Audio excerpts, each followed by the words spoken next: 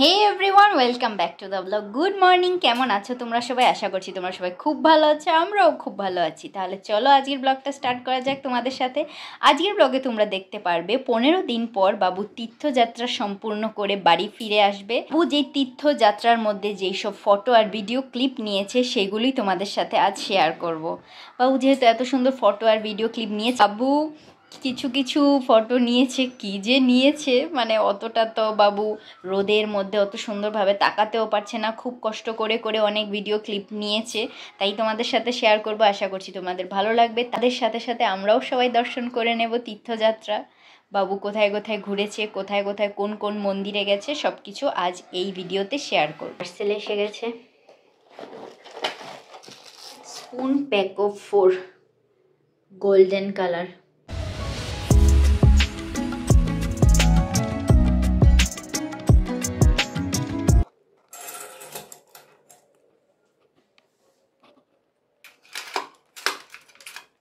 গতকাল রাতে Blinkit app download করে আজ সকালে অর্ডার করা হলো। ফার্স্ট টাইম ব্লিঙ্কিটে অর্ডার।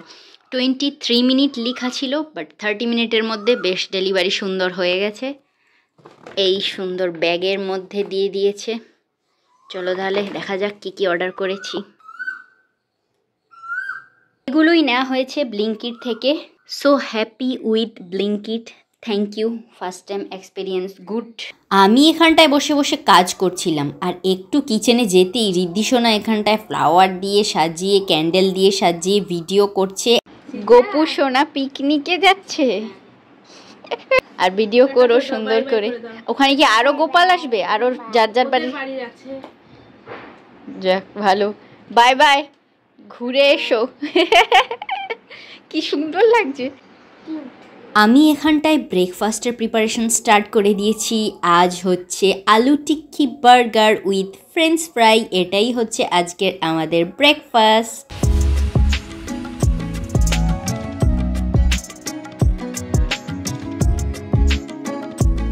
ডেইলি শপ খুলে গেছে, চৈত্র মাসে সেল চলছে দামি দামি জিনিসের উপরে।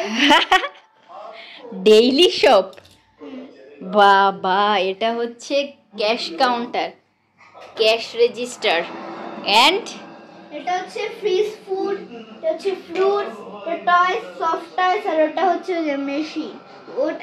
ওই জিনিসগুলোই সেল হচ্ছে। আর কি সেল দেখো শুধু। এই যে দাদু চলে এসেছে তীর্থ ভ্রমণ করে। দাদু চলে এসেছে। আমি করেছি আমি গুড। আর আমি ম্যাচ কাটি ধরানো শিখে গেছি। তোমার চুল কোথায়? চুল কোথায় গেল? হ্যাঁ সিজা কাটি আছে। আমার ক্যাপ লাগবে একটা কিনা। হ্যাঁ ভালো আছো? হ্যাঁ হয়েছে।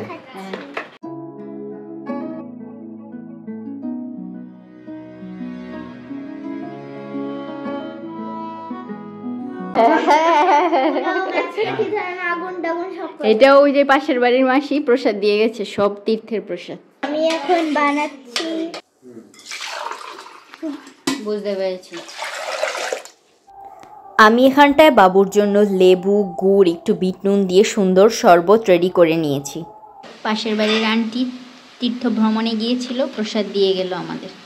আর এই দেখো আমার জন্য গিফট বৃন্দাবন থেকে। তুমিও ধুলো এনেছো বাবু? হ্যাঁ এই যে এখানেও মাসি দিয়ে গেছে বৃন্দাবনের ধুলো, মাটি।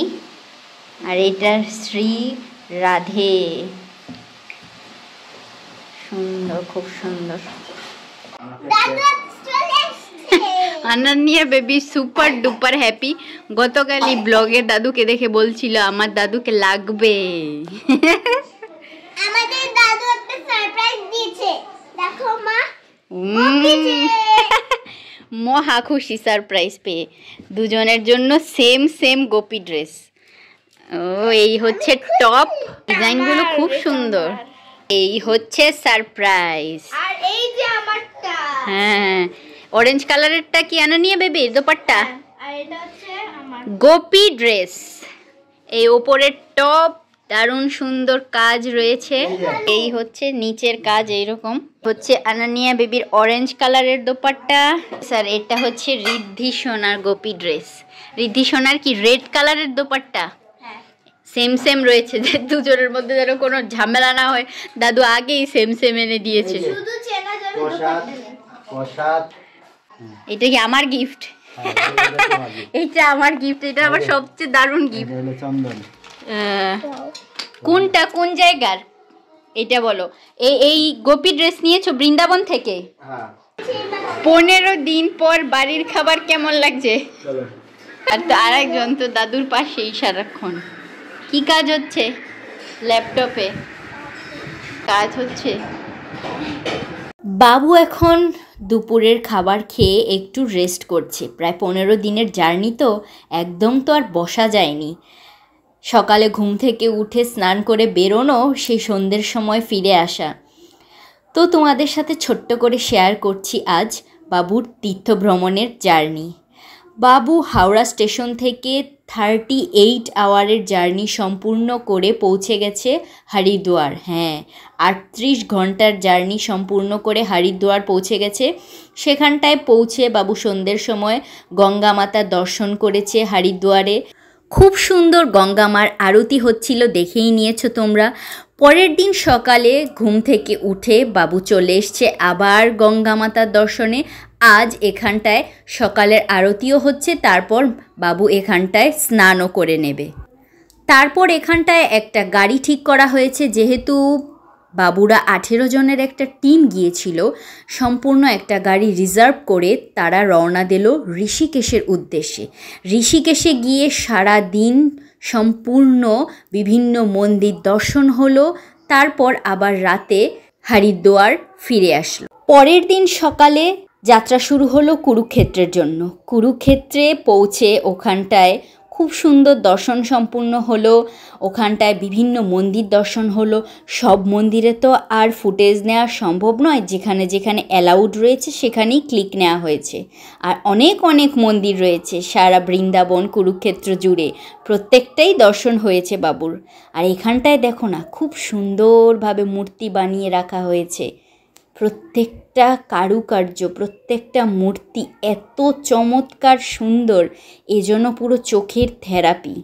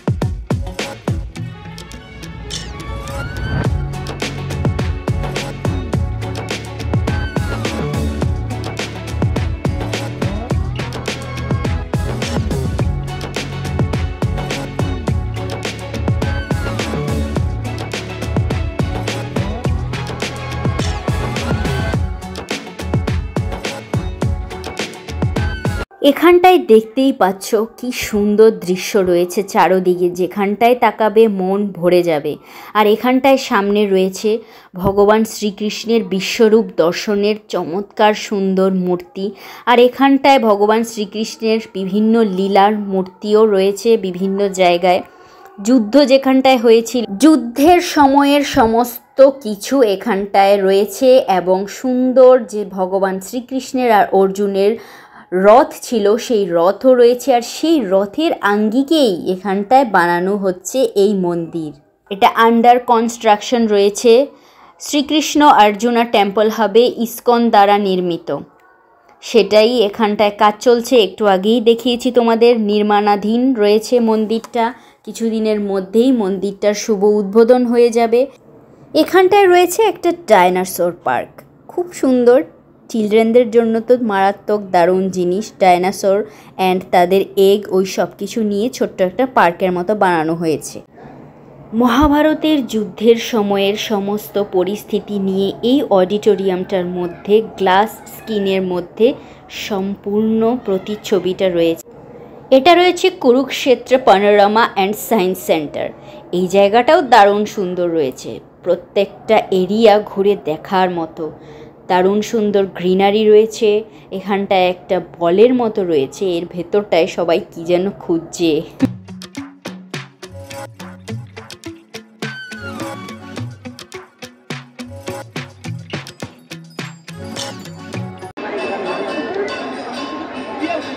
কুরুক্ষেত্র দূরাত ছিল।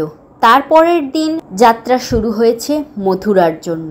মথুরায় পৌঁছে গেছে। মথুরায় পৌঁছে ভারত সেবা আশ্রমের মধ্যে উঠেছে। সেখানটায় খাওয়া দাওয়া করে রেস্ট নিয়ে বেরিয়ে আশেপাশের সমস্ত মন্দির দর্শন হয়েছে, কংসের কারাগার দর্শন হয়েছে, সব সুন্দরভাবে দর্শন হয়েছে। তারপর পৌঁছে গেছে বৃন্দাবন।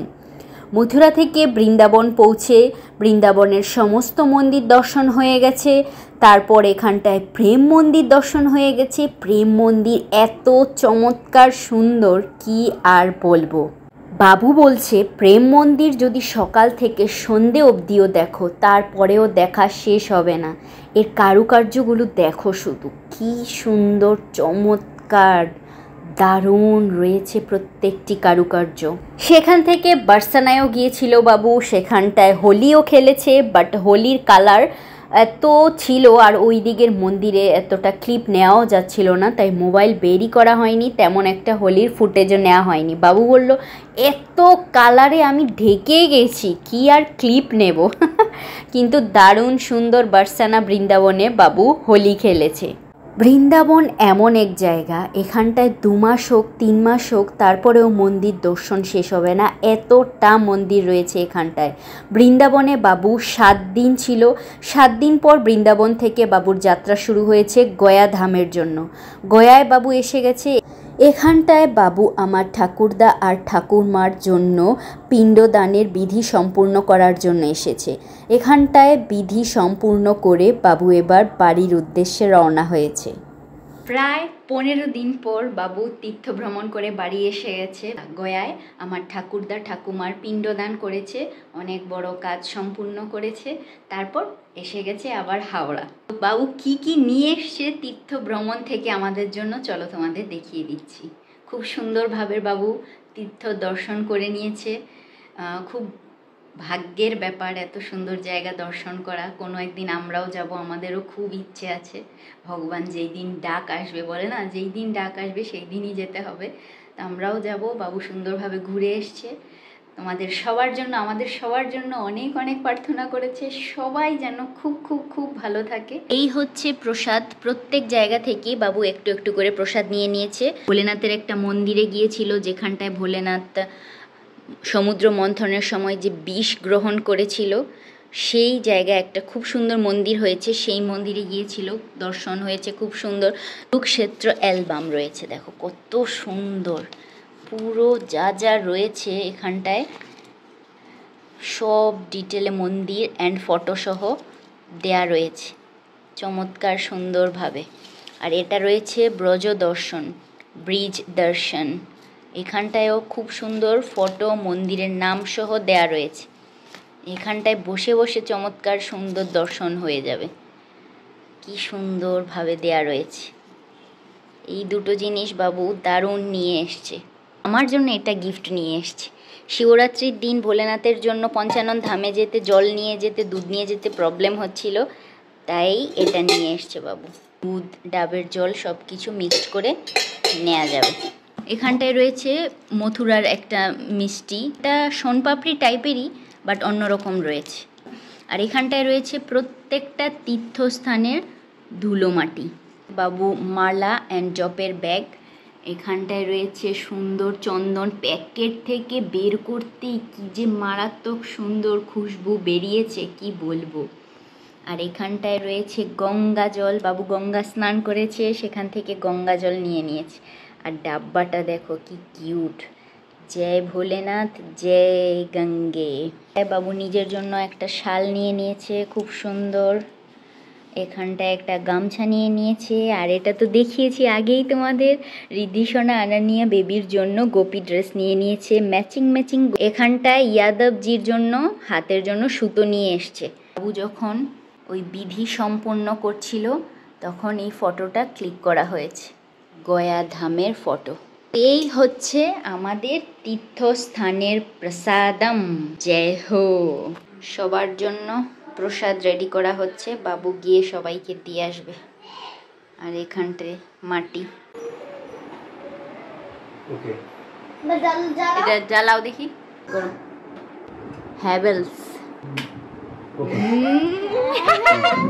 একদম এই জায়গা চাকাচাক হয়ে গেছে, লাইট লেগে গেছে ল্যাম্পশেডে।